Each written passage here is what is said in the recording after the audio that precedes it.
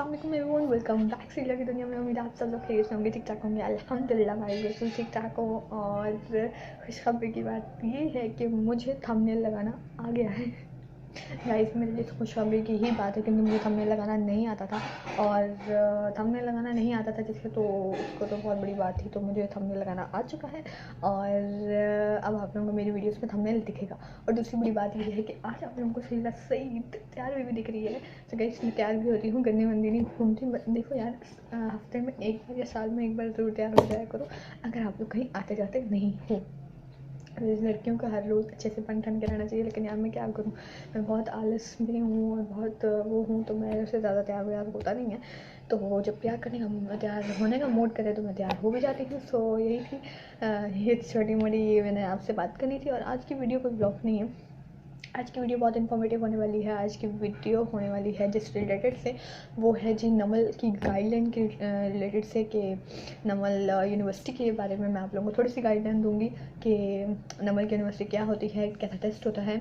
सिर्फ टेस्ट तक गाइडलाइन दूंगी, इंटरव्यू तक की गाइडलाइन नहीं दूंगी क्योंकि इंटरव्यू पे अभी मैं नहीं गई, तो सिर्फ टेस्ट तक दूंगी।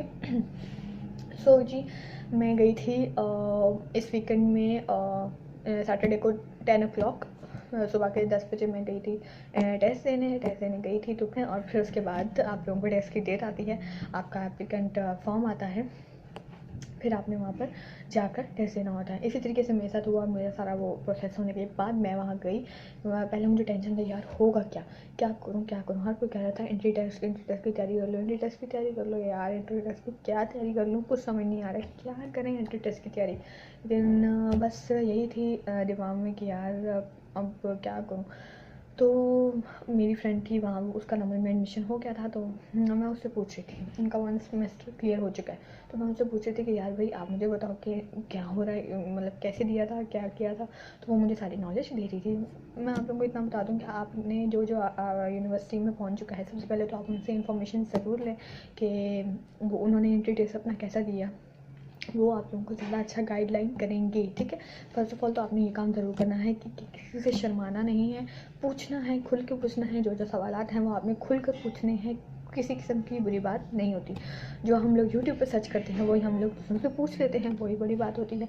एक ही बात होती है, हम बस यूट्यूब में पूछ नहीं पाते और दूसरों से हमने फिजिकली पूछना होता है। यूट्यूब पे हम सर्च कर लेते हैं, जो कि किसी को पता नहीं चलता। तो अब आप लोगों ने क्या करना है कि आप लोगों ने यूट्यूब पे सर्च भी करना है और दूसरों से ज़्यादा अच्छा पता भी चल जाता है। जब आप लोग अपनी दोस्तों से ज़्यादातर, और जो बड़े हैं आप लोगों के कज़न्स वगैरह, आप लोगों ने उनसे पूछना है, तो ये आप लोगों के लिए बहुत हेल्पफुल रहेगा। तो मैंने ऐसे ही अपनी फ्रेंड से पूछा और उसने मुझे सारा बताया कि तुम थोड़ा बहुत ना जनरल नॉलेज ले लो, और जो प्रेजेंट टाइम में आजकल की सिचुएशन जा रही है, आप सियासत की जो सिचुएशन जा रही है, अपना प्रेजेंट सेहत की वगैरह, कौन सी बीमारियां लॉन्च हुई हैं, कौन मैच जीत रहा है, फुटबॉल में कौन जीता है, क्रिकेट में कौन जीता है, और कौन आगे जा रहा है, इन सब के बारे में इंफॉर्मेशन रखना हमारा लाजमी है। जैसे हम लोग किसी को लाइक करते हैं, हम किसी के फ़ैन होते हैं, तो हम उसके बारे में सारी इन्फॉर्मेशन रखते हैं। इस तरीके से हमें दुनिया के बारे में, जो दुनिया में हो रहा है, दुनिया के किस ममालिक में क्या हो रहा है, वो सारी इन्फॉर्मेशन हमें रखना ज़रूरी होती है। तो फर्स्ट ऑफ ऑल ये कि आप लोगों को सारी इन्फॉर्मेशन रखनी है। ठीक है, सारी नहीं तो थोड़ी बहुत तो आप लोगों ने, मतलब अब आपने सर्च करना शुरू करना है कि आप, अगर आप लोग नमल यूनिवर्सिटी में इंटरेस्ट हो। मुझे अभी तक नमल यूनिवर्सिटी का ही पता, और आई थिंक सो कि बाकी यूनिवर्सिटी में इसमें भी ऐसे ही होगा।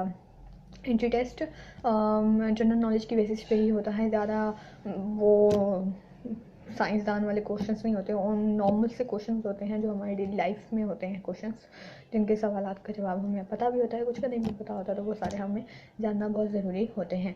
तो जी, सबसे पहले तो आप लोगों को सर्च करना है नमल की। अगर आप लोग, आप पहले अपना फ्रेंड से पूछ लिया, उसने आपको बता दिया, ठीक है, वो आपको फिर आपने पता क्या करना है, आपने करना है कि भाई साहब अपने इंस्टा पे जाना है। अगर आपका इंस्टाग्राम अकाउंट है ओके, फेसबुक अकाउंट है ओके, अगर दोनों में से एक भी नहीं है तो फिर आपने यूट्यूब तो ऑलरेडी आजकल सबके पास ही है। तो आपने क्या करना है, यूट्यूब पर जाना है, यूट्यूब पे सर्च करना है कि नमल यूनिवर्सिटी के एंट्री टेस्ट पास पेपर्स। ठीक है, गूगल पे जाना है पास पेपर्स। ठीक है, आपने ना, पता है सबसे पहले हमें वो पास पेपर्स देखने हैं, ठीक है, और देख कर ना आइडिया लेना, ये नहीं कि हम उनको रट्टा मारने लग गए, ये इसका आंसर ये था, इसका आंसर ये था, इसका आंसर ये था। नहीं, ऐसे नहीं करना, इतनी टेंशन नहीं लेनी, बिल्कुल भी नहीं लेनी, एकदम रट्टों वाला सीन नहीं करना, एकदम ईजी होके, बहुत ईजी होगा, ठीक है। मैं तो बहुत ईजी थी, और मैंने टेस्ट के सुबह के दिन ही देखा था। आप लोगों ने ऐसा नहीं करना, टेस्ट के पहले 2 दिन, कम से कम 1 वीक पहले आपने, जब आपके टेस्ट देने का 1 वीक पहले आपने अच्छे से ना उसको देखते शुरू हो जाना है, ताकि आपकी प्रिपरेशन अच्छे से हो जाए। और किसी को अगर पैराग्राफ लिखना नहीं आता तो आपने पैराग्राफ की प्रैक्टिस करने लग जानी है। बहुत मेजर नॉर्मल पैराग्राफ पे लिखने को आता है, इतना हाई पे भी नहीं लिखने को आता, नॉर्मल पे लिखने को आता है। सॉरी फॉर बैकग्राउंड म्यूज़िक का वो बन रही है, हंडिया बन रही है, तो थोड़ा खड़ाक खड़ाक तो होता रहेगा, तो आई एम सो सॉरी। और मैं आप लोगों को पॉइंट पर आते हैं। तो आप लोगों ने क्या करना है कि आप ना है कि अपनी पैराग्राफ लिखने की प्रैक्टिस करनी है, ठीक है। बहुत नॉर्मल पे पैराग्राफ आएगा, जो आजकल की सिचुएशन है, जिसमें कोविड पे पैराग्राफ आ सकता है, हेल्थ पे पैराग्राफ आता है, लाइब्रेरी पे पैराग्राफ आ सकता है, उस पर फुटबॉल पे पैराग्राफ लिखने को आ सकता है, सोशल मीडिया पे पैराग्राफ लिखने को आ सकता है, इंटरनेट पे पैराग्राफ लिखने को आ सकता है, ठीक है। और मेरा आया था सोशल मीडिया पैराग्राफ, ठीक है। मतलब मैं इन चीज़ों में मुझे थोड़ा पता होता है, और इन चीज़ों के बारे में एडवांटेजेस डिसएडवांटेजेस सब ना आपने बस थोड़ा बहुत उसी को लिखना होता है। और वो तकरीबन 10 मार्क्स का आता है, या 12 मार्क्स का ना, या 10 मार्क्स का आएगा, या 12 मार्क्स का आएगा। अगर 10 मार्क्स का आएगा तो जो लाइंस दिए हुए पेज हैं, ठीक है, लाइंस, एक लाइन दिया हुआ पेज होता है जिस पे लाइंस लगी होती हैं, वो आपने फिल किया, ठीक है। ये 12 मार्क्स की मैं बात कर रही हूँ पैरा की, अगर वो पेज, और अगर आप जैसे ही फोल्ड करते हैं पेज तो वो एक ब्लैक में दिखता है वाइट, ठीक है। आपने क्या करना है, उधर लाइंस लगाकर उधर भी लिख देना है, कोई जगह खाली नहीं जाने देनी, वहाँ पर लिख देना है, ताकि उनको पता चल जाए कि बच्चे को आता है। और उसने अच्छे से एंड से लेके दूसरी जगह भी लिख दी, हालांकि वो जगह रिक्वायर्ड नहीं थी, उसने फिर भी वहाँ लाइंस लगाकर लिख दिया है, ठीक है। ये आपके ऊपर है कि अगर आप लोग और अच्छा बनाना चाहते हैं और इन्फॉर्मेटिव बनाना चाहते हैं अपने पेपर को, तो आप ऐसे बना सकते हैं। और मेरा क्या था कि मेरा 10 मार्क्स का आया था, और मेजरली 3 पैराग्राफ आते हैं, या 5 पैराग्राफ आते हैं, उसमें से एक लिखना होता है। मतलब चॉइस आपके पास बहुत सारी होती है, लिखना एक होता है ना, अभी तक तो लिखना एक होता है। तो आपने क्या करना है, वो अच्छे से आपने देखना है आप किस पे अच्छा लिख सकते हो, दो सोचना है, ठीक है, सोच कर फिर लिखना है। फिर लिखना आपने लिखना स्टार्ट, तो आपने जब उसको लिखना स्टार्ट कर दिया, वो आपने कम से कम आपको 1 घंटा दिया जाता है पूरा पेपर करने के लिए, ठीक है। आपने 10 मिनट में आपका पैराग्राफ लिखा जाता है, इतना कोई मेजर इशू नहीं होता टाइमिंग का। लेकिन फिर भी आप लोगों ने स्पीड तेज़ रखनी है। अगर किसी की स्पीड बहुत ज़्यादा लो है तो वो घर में ही प्रैक्टिस करना स्टार्ट करे लिखने की, तो उसकी स्पीड हो जाएगी तेज़। तो आप लोगों ने सबसे पहले इस पैराग्राफ की प्रैक्टिस करनी है, ठीक है।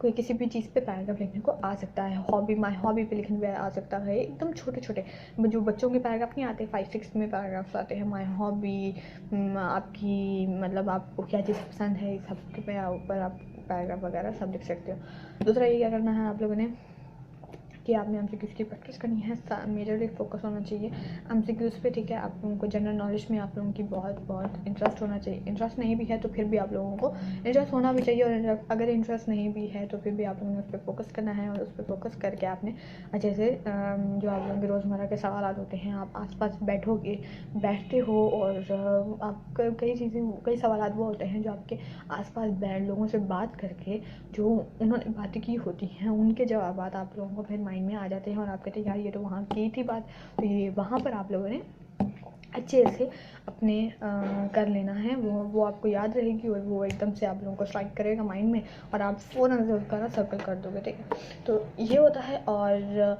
ज़्यादा ये सवाल नहीं आते, साइंस, फिज़िक्स, मैथ्स, उससे रिलेटेड इतना नहीं होता है, मैथ्स के रिलेटेड होता है। आई थिंक सो कि मेरी टूटी फूटी एग्जाम्पल से आप लोगों को थोड़ा बहुत तो समझ में आ रहा हो। तो ऐसे सवाल आते हैं। दूसरा सवाल कौन सा होता है कि भाई कैपिटल पूछे जाते हैं कंट्रीज़ के।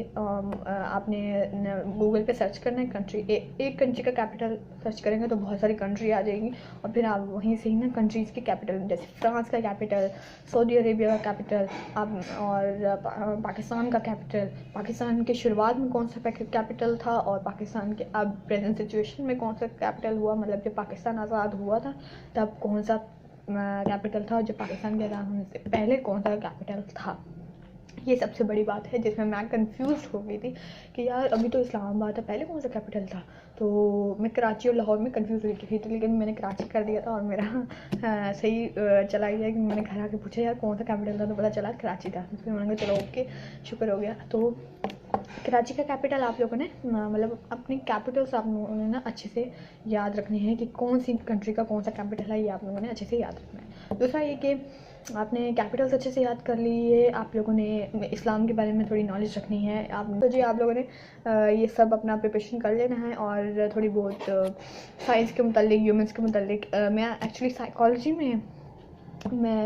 डिपार्टमेंट में अपना एंट्री टेस्ट देने गई थी, तो उसका आपने सारा इन्फो लेना है, लेकिन उससे कोई रिलेटेड नहीं होता, साइकोलॉजी से कोई रिलेटेड नहीं होता। एंट्री टेस्ट का टेस्ट हर डिपार्टमेंट से रिलेटेड आप लोग कर लो। मतलब अगर आप गए हो ना, ये आपने लिखना नहीं है कि भाई साइकोलॉजी से रिलेटेड एंट्री टेस्ट बताएं, तो वो भी आएंगे लेकिन उससे इतना कुछ भी मतलब इतना या कुछ भी नहीं आता। आप नॉर्मल कहेंगे एंट्री टेस्ट के लिए क्वेश्चन, एंट्री टेस्ट के पास पेपर्स बता देते, वो आपको एंट्री टेस्ट के पास पेपर्स बता देंगे। बाकी रहा नमल के बारे में ये था जी, नमल यूनिवर्सिटी मुझे बस ठीक ठीक लगी।